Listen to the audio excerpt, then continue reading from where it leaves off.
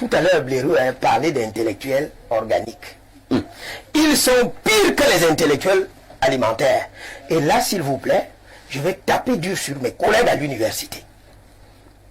Il m'arrive parfois de rêver d'être président de la République, c'est pas interdit. Vraiment, tout ce monde-là, je les parte à l'université.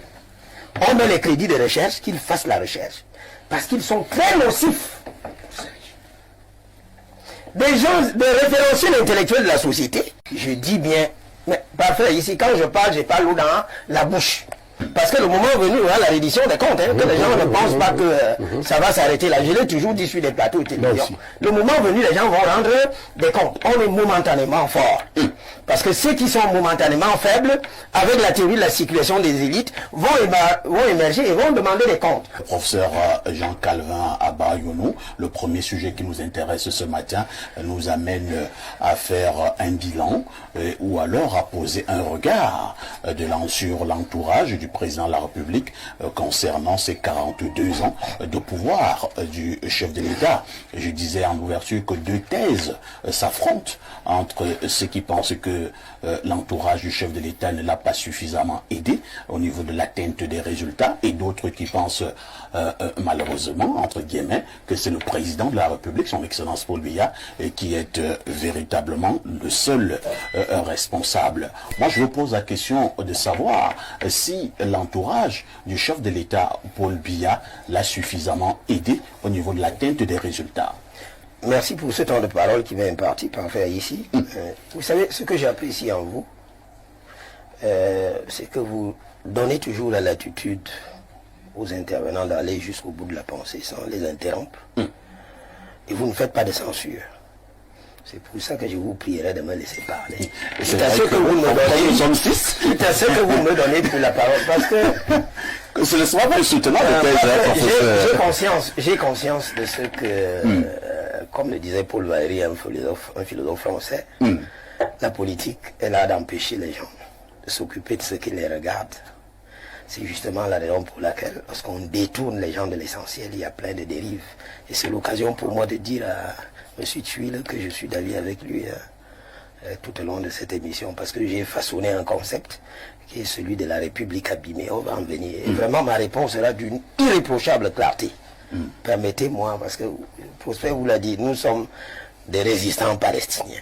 Nous combattons depuis la et nous sommes déterminés à rétablir la vérité historique jusqu'à la mort. Parce que comme je le dis souvent aux uns aux autres, j'ai réalisé qu'avec ma posture, les Camerounais ont soif de vérité. Vous ne vous imaginez pas le nombre de Camerounais qui viennent vers moi, qui m'écrivent, qui me disent, professeur, on vous encourage dans cette voie. C'est la raison pour laquelle j'irai jusqu'au bout. Donnez-moi le temps de parole. Allez-y, professeur. Alors, j'y vais. Très bien. Moi, je distingue l'accessoire du principal. Certes, les collaborateurs du président de la République ont des missions bien déterminées. Ils doivent appuyer l'action du président de la République. Qui, conformément à l'article, à la Constitution, à l'article, ont défini la politique de la nation. Et les autres exécutent. Ces collaborateurs ne sont pas exempts de toute responsabilité. Je vous prends 3 exemples. Comme la charité bien ordonnée commence par soi-même, notre secteur de l'enseignement supérieur, 20 ans d'incurie du ministre de l'enseignement supérieur. Les universités qui se meurent, je l'ai toujours dit, je vais pas revenir là-dessus. Son bilan est négatif. Est-ce que je me fais comprendre? La preuve en est même que ceux qui sont des référentiels intellectuels de la société, qui devraient décrire le phénomène, ont peur de parler. Mais moi, je le dis.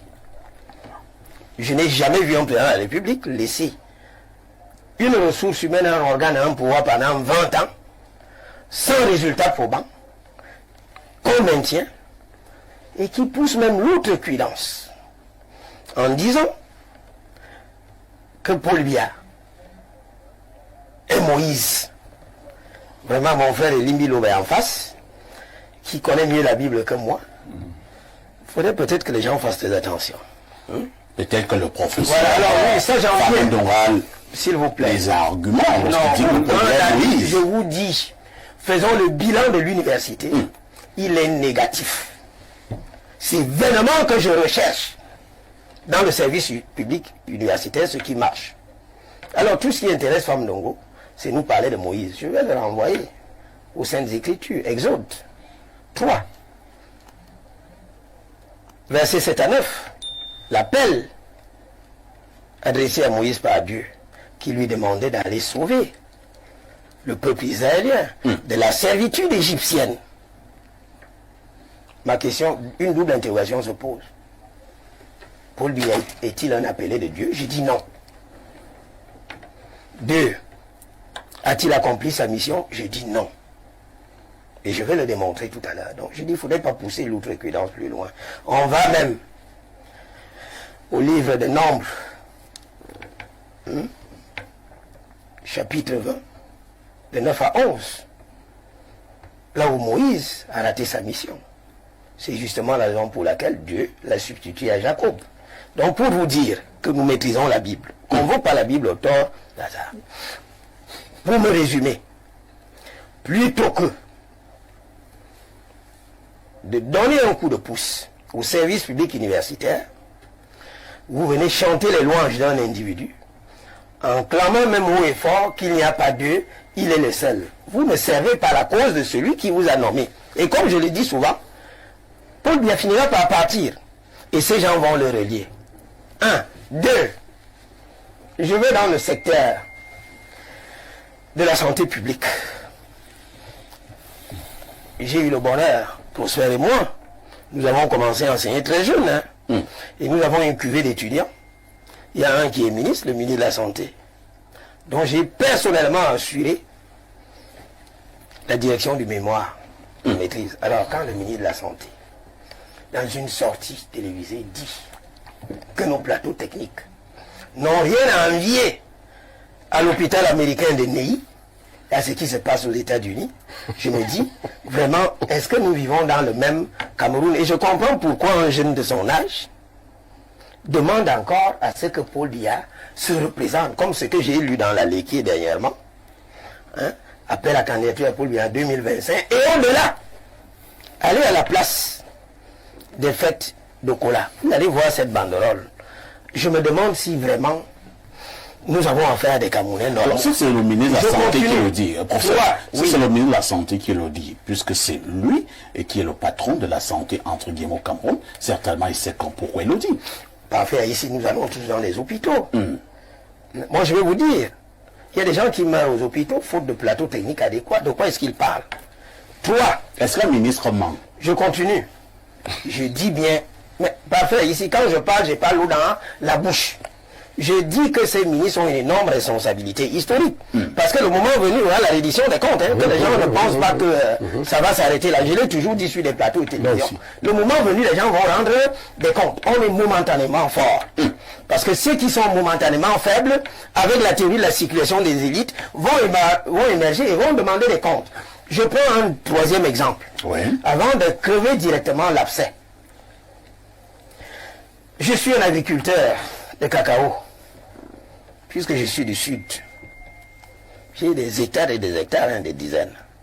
Je me souviens de ce communiqué de presse du ministre du Commerce, qui est également là depuis 20 ans, mon Dieu, pour quel résultat? Avec l'inflation galopante, on ne maîtrise même plus les prix sur le marché, les salaires n'augmentent pas, qui a déclaré dans ce communiqué du 12 septembre 2024 que le prix du cacao désormais était de 5200 francs. Ce n'est pas ce qui se passe sur le terrain. Donc, comme pour vous dire que ces collaborateurs ont une énorme responsabilité. Mais pour moi, c'est l'accessoire, comme je dirais au passage, dans le discours de l'hymne ancienne. Le président de l'Assemblée nationale, il est là depuis quand même, depuis 1972. Tout ce qui l'intéresse dans ses discours et autres et tout, oui. Paul Biya, l'homme providentiel que Dieu nous a donné. Ce n'est pas ce qu'on demande, ce n'est pas ce que le chef de l'État demande à ses collaborateurs. Je me pose bien la question de savoir si on a conscience de la souffrance des Camerounais. Les gens ont des difficultés à se soigner. On a parlé des néos tout à l'heure. Moi-même à soi, je fais cours sans énergie électrique. Imaginez sans micro ce que ça produit. Vous êtes obligé de crier. Je suis obligé de crier. Regardez au niveau de la poste centrale. Vous avez des nids de poules de près de 50 cm, même en pleine capitale. Mais c'est extrêmement dangereux. J'en viens. Maintenant, pour moi, je vais vous dire, ma réponse sera d'une irréprochable clarté. Et je vais droit au but. Allons-y. Le principal, moi je suis juriste, et je suis accroché à l'idée de l'objectivation de la responsabilité. Le principal responsable du drame camerounais, c'est le président de la République. C'est lui le problème du problème camerounais. Pourquoi est-ce que je le dis? Mettons en cohérence le discours politique qu'il s'est délibérément fixé et ce que dit la Constitution. Dans son discours d'investiture en 1982, que nous allons exhumer, lorsqu'il a accédé au pouvoir, ça, ce discours, tout le monde peut l'avoir. Dans une première partie, il a passé tout son temps à magnifier Le président Ahidjo. le président Ahidjo et tout ce qu'il a laissé. Il faudrait qu'on prenne les Camerounais à tête. Vous avez encore quand même des gens qui sont intelligents dans ce pays. Et après avoir magnifié le discours du président Ahidjo, voilà ce qu'il dit in extenso. Voilà ce qu'il dit in extenso. Je cite. J'entends alors m'acquitter de ce devoir sacré que m'impose la Constitution, à savoir veiller à son respect. Mon illustre prédécesseur n'a jamais failli à ce devoir. Je n'y faillirai Point. Nous sommes des historiens du droit. C'est Paul Biya même qui le dit. Personne ne l'avait arrêté. Et je suppose qu'à l'époque, c'est lui-même qui avait écrit ce point. Mon frère Limbi Lobé, ou mon petit frère Blérou, allez-y un peu. L'article 5 de la Constitution. L'article 5 de la Constitution décline déjà le travail auquel est astreint le président de la République, à l'alinéa premier. Paul lui a dit qu'il ne faillira jamais. Je vais vous démontrer qu'il a failli. Laissez un peu de côté ses collaborateurs. Hein? On est d'accord que la troupe est à l'image du chef. Tout à fait. La troupe est à l'image du chef. Voilà ce que dit l'article 5, alinéa 1er de la Constitution. Le président de la République est le chef de l'État. Vous savez ce que c'est un chef dans nos sociétés? Dites-nous. C'est celui qui est présent, que l'on voit, qui est au contact des populations et qui résout les problèmes. Question, où est Paul Biya? Moi, je ne le vois pas. Le président est au Cameroun. S'il vous plaît, parfait, ici. Moi, je vous parle de moi. Je sais qu'il est au Cameroun. Mais moi, je ne le vois pas. Il travaille. Je ne le vois pas. Vous êtes là quand il travaille? Vous le voyez? Ça se ressent. Vous voyez un peu partout, s'il vous plaît. Ça, c'est ce qu'on appelle, les anglo-saxons appellent les outputs. C'est-à-dire le résultat final. Savez-vous ce qui se passe avant? Le président de la République, je ne le vois pas. Il n'est pas au contact des populations. La souffrance est au quotidien. On ne le voit pas au four et au moulin. Mais le chef, il est où? Un chef n'est pas évanescent. Un chef est là présent. Nous voyons comment il résout les problèmes. Allons-y à la linéa 2. Il veille au respect de la Constitution. Je vais vous démontrer par deux moyens que le président de la République est le premier fossoyeur de la Constitution. Déjà de 1, il s'attribue le travail du Parlement. De 2, il n'a aucun respect pour la décision de justice suprême. Vous avez quelques... Je vais en venir. 1, il fait le travail du Parlement. Oui. Voilà ce que dit l'article 26 de la Constitution. C'est le Parlement qui est chargé de dicter la loi. Est-ce que je me fais comprendre? C'est le Parlement qui est chargé de dicter la loi. Mais vous savez ce qui se passe? Je vais vous dire, en jetant un pavé dans la mare, au Cameroun, nous n'avons pas de loi. Prenez un texte. Après l'achèvement du travail parlementaire, ces textes sont signés par le président de la République. Mais la signature permet d'identifier l'auteur de l'acte. En signant ce qu'on appelle la loi, mais soyons sérieux. Ça veut dire que même le code de procédure par le code pénal qui sert à mettre les gens en prison, c'est sur la base des textes juridiquement inexistants. Vous savez, dans les pays normaux, ce qui se passe. L'article 27 de notre Constitution a fixé le mécanisme. Les matières autres que celles qui relèvent du domaine de la loi ressortissent au pouvoir réglementaire. Mais il y a un décret de promulgation de loi. Promulguer la loi par voie de décret et non signé. Vous n'êtes pas l'auteur. Moi, parfait, ici, je ne peux pas signer un arrêt. ni un jugement. C'est pas possible. Je ne peux pas signer une loi, je ne suis pas parlementaire. Tout ce que je peux faire avec mon bic rouge, c'est attribuer la note à un étudiant. Le président de la République n'est pas législateur. Il s'attribue le travail du Parlement. Il y a même pire. L'article 28 de la Constitution lui donne certes le pouvoir d'intervenir dans le domaine législatif par voie d'ordonnance. Vous savez ce qui se passe? Dites-nous. Il y a deux conditions. Cette intervention intervient, permettez la tautologie, sur des objets bien déterminés et dans un temps limité. Vous avez souvent observé que notre loi de finances est modifiée par ordonnance du président de la République.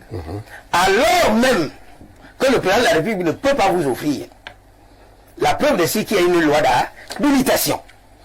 Trop de tricherie juridique. Allez, in fine, dans la loi de finances, vous verrez qu'il y a toujours un article, un loup dans la bergerie, qui permet au président de la République de faire. Non, c'est pas comme ça que ça se passe. Très bien. De deux, parfait ici. Oui, nous allons chuter. En 2002, le nouveau règlement de l'Assemblée nationale est adopté. Il passe au crible, à l'époque, de la Cour suprême, agissant en lieu du Conseil constitutionnel qui n'avait pas été mis en place. La procédure de validation des mandats avait été déclarée non conforme à la Constitution. Est-ce que je me fais comprendre parfait ici? Elle avait été déclarée non conforme à la Constitution. Et l'article 50, alinéa 2 de la Constitution dispose que lorsqu'une loi est déclarée non conforme à la Constitution, elle ne peut faire l'objet ni de promulgation, encore moins d'application. Mais je vous assure que Paul Biya a promulgué cette loi, alors même qu'elle avait été invalidée par la Constitution. Comme pour dire quoi? Il a failli à son obligation de respect de la Constitution. Voilà là où je le prends. Et je prends un dernier exemple, vraiment assez symptomatique de ce pays, sauf à me dire que la Constitution est un chiffon de papier. La Constitution est le doigt mère qui lie l'action du président de la République. Il fait le travail du Parlement. Il ne respecte pas les décisions de justice. Et vous allez me dire qu'il n'est pas responsable? Allons-y à l'article 5 de la Constitution, pour chuter, parce qu'il y a beaucoup à dire. Voilà ce que dit le Constitution. Le président de la République est élu de la nation tout entière. Ça veut dire que même ceux qui ne lui ont pas octroyé ses suffrages, quand il est élu notre président, on le lui accorde. Mais le Constitution dit, il incarne l'unité nationale. Parfait ici.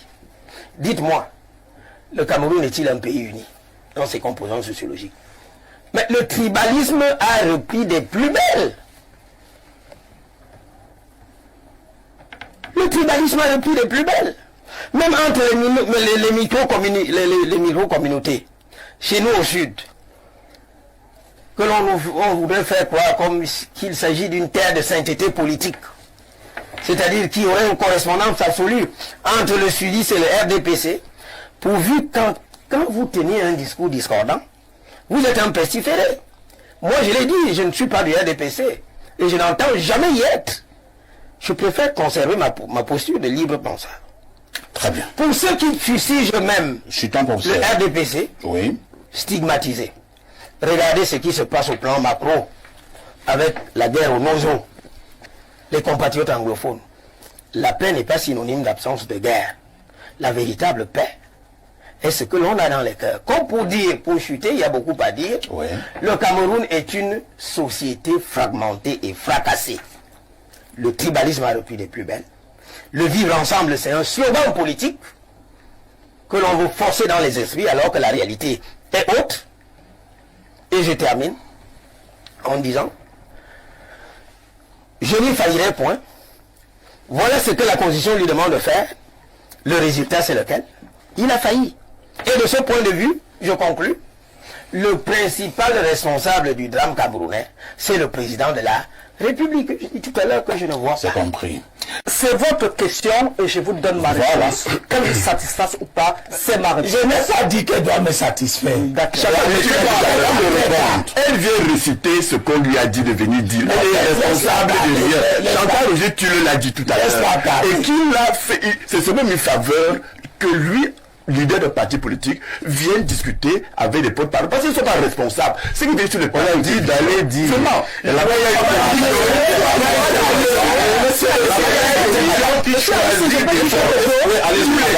À l'homme politique maintenant, Monsieur Kouvondon, ça fait 12 ans exactement, 13 ans que votre parti existe.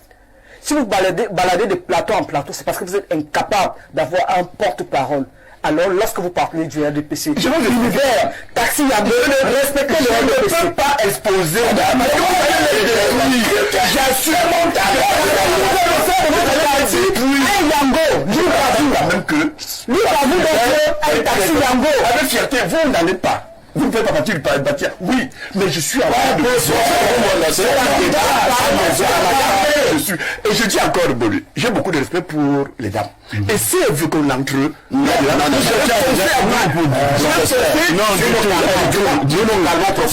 du tout.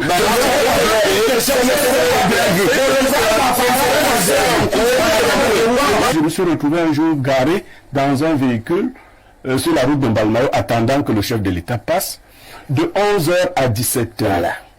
Et les Camerounais que j'écoutais montraient bien que l'entourage a aidé le chef de l'État.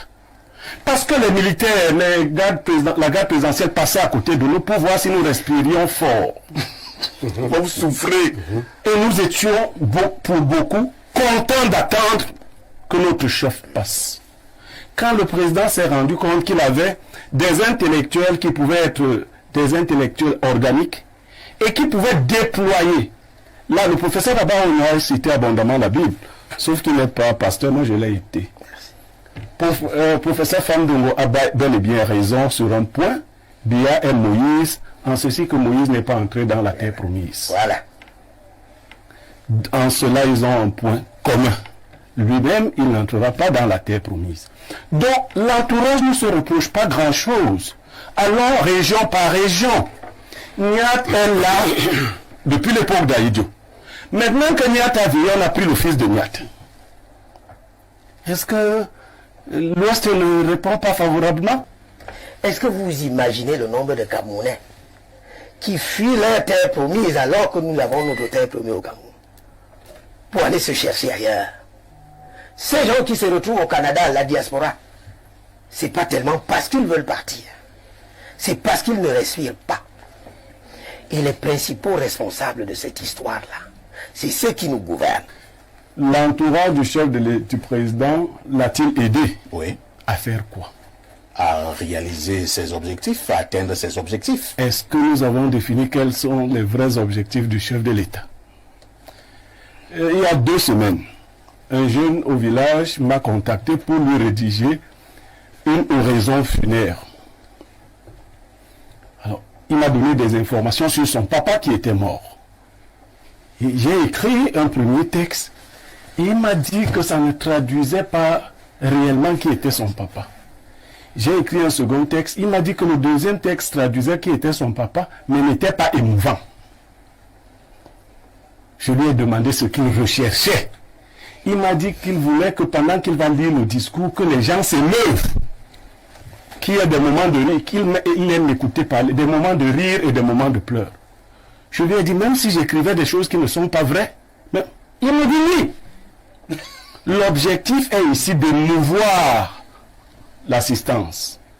Donc, Elimbi, pour savoir quelle était l'ambition du chef de l'État, vous ne la recherchez pas dans ses discours, qui sont écrits pour émouvoir.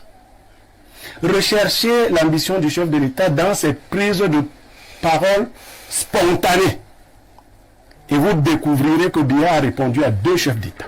Quelle est sa vision de la politique?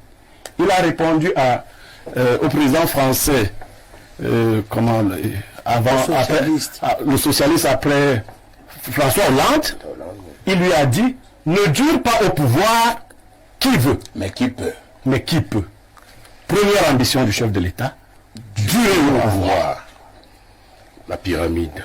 Deuxième, il a répondu récemment à Macron, je verrai le moment venu si je vais au village ou si je reste.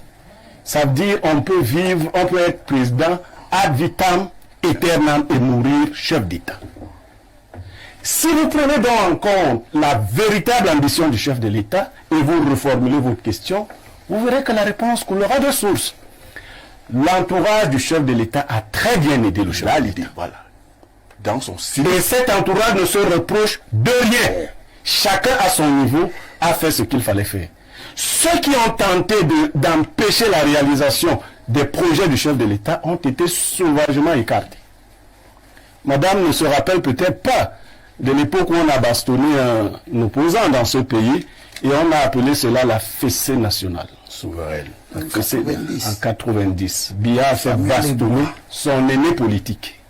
On n'est pas sûr que c'est... Non, Biya a fait... Un acte d'une telle de gravité. Biya, puisqu'on en a parlé et personne n'a condamné, on a fait bastonner Samuel Eboa, l'aîné politique de Paul Biya, et on a appelé cela la fessée nationale.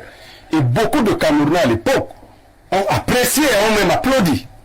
Beaucoup nous ont décrit des situations dans lesquelles nous nous retrouvons souvent. Moi, je me suis retrouvé un jour garé dans un véhicule sur la route de Mbalmao, attendant que le chef de l'État passe, de 11h à 17h. Voilà. Et les Camerounais que j'écoutais montraient bien que l'entourage a aidé le chef de l'État. Parce que les militaires, la garde présidentielle passaient à côté de nous pour voir si nous respirions fort. Vous souffrez.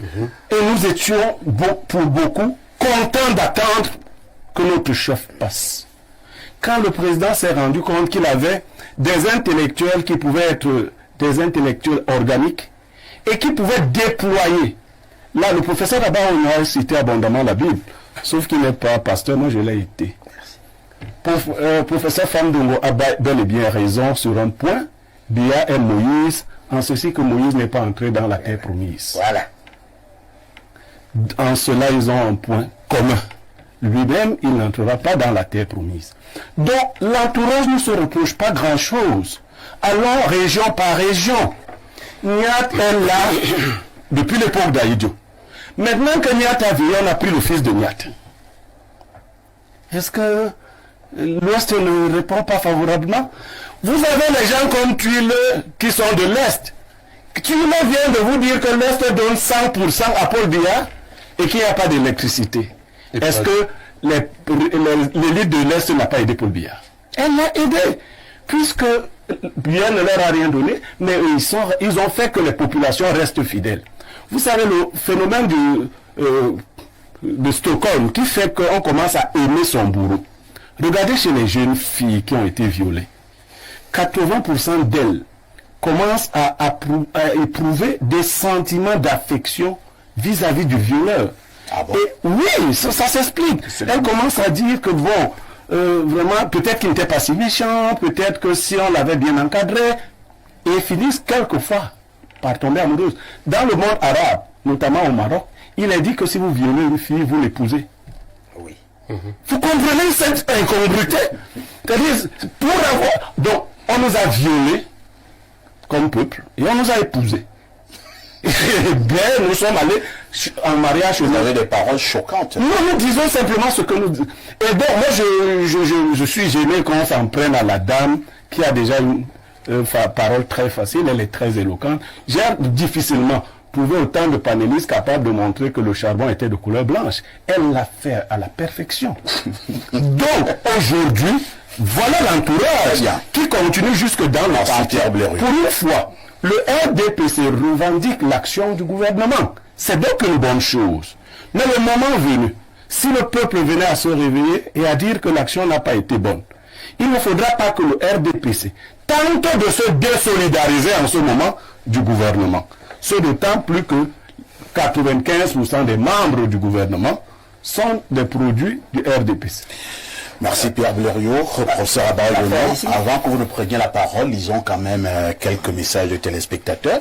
J'ai subi une énorme pression au niveau du téléphone. Prenons d'abord le message du 213, c'est l'Algérie.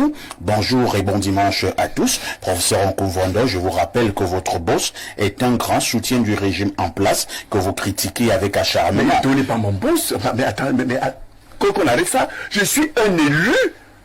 Et je suis un élu. Et toi arrive nous trouve Non, et toi, vous Comment c'est je suis un élu, monsieur. Il est mon boss. Comment est votre boss? Il vous met souvent la mission. Oui, mais vous êtes un professeur de droit. Il vous met souvent la mission. Oui, mais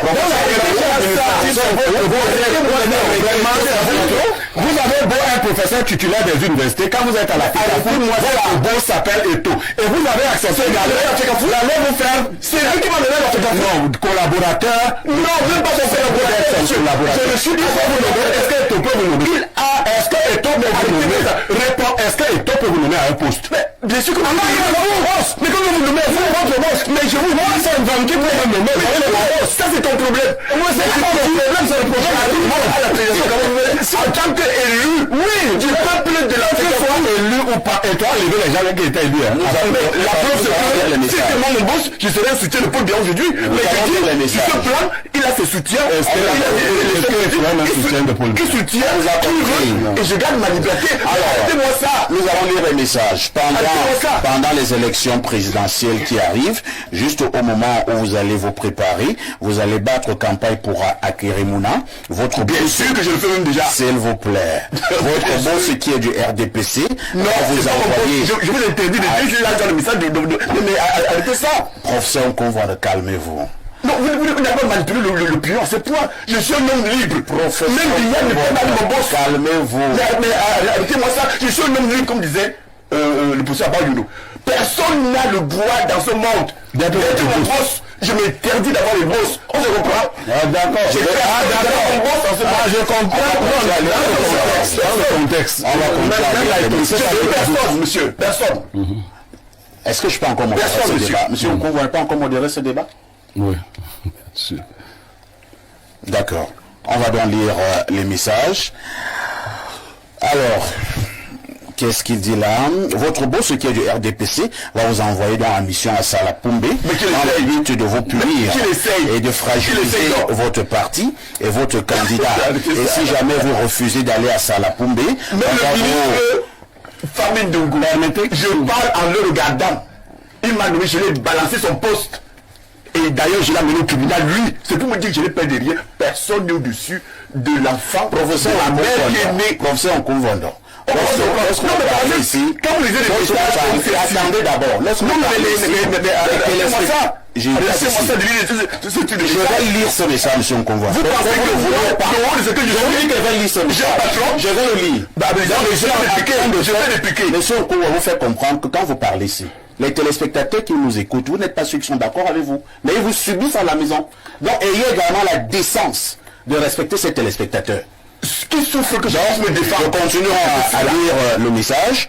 Il est temps de faire un choix. Soit vous choisissez de travailler pour l'opposant Akerimuna, soit vous travaillez avec votre boss du RDPC. Le RDPC vous attend un piège depuis des années, mais vous n'avez rien vu venir. Autre message ce dimanche. Parfait.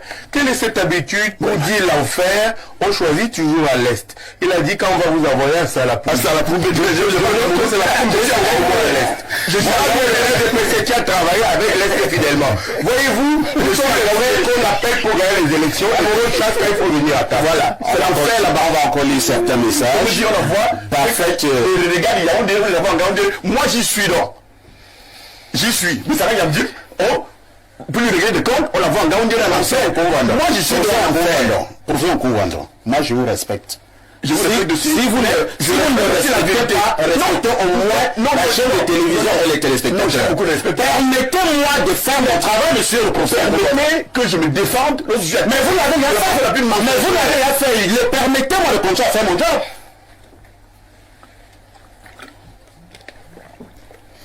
Parfaite analyse de M. Blériot Nyamek. Bonjour au panel et à toi, le plus grand modérateur moderne des plateaux de télévision du Mboa. C'est Gabidjan qui envoie cette préoccupation. Bonjour, allons au plus 33. C'est un message qui nous vient de la France. Bonjour à vous, les génies. Parfait, ici toi-même. Tu es méchant, hein? Comment tu amènes la dame ayopiste dans un panier à crabe? Oui, c'est passé ça, c'est un plateau à crabe. Hein? Bonjour à tous les panélistes. Je salue la présence de mon professeur Jean-Calvin Abayono, qui provoque l'hémorragie intellectuelle sur le plateau et qui distille l'évangile juridique applicable au Cameroun, au commun des mortels. Merci de me lire. Bonne dégustation à vous. Autre préoccupation ce jour, nous prenons donc ce message.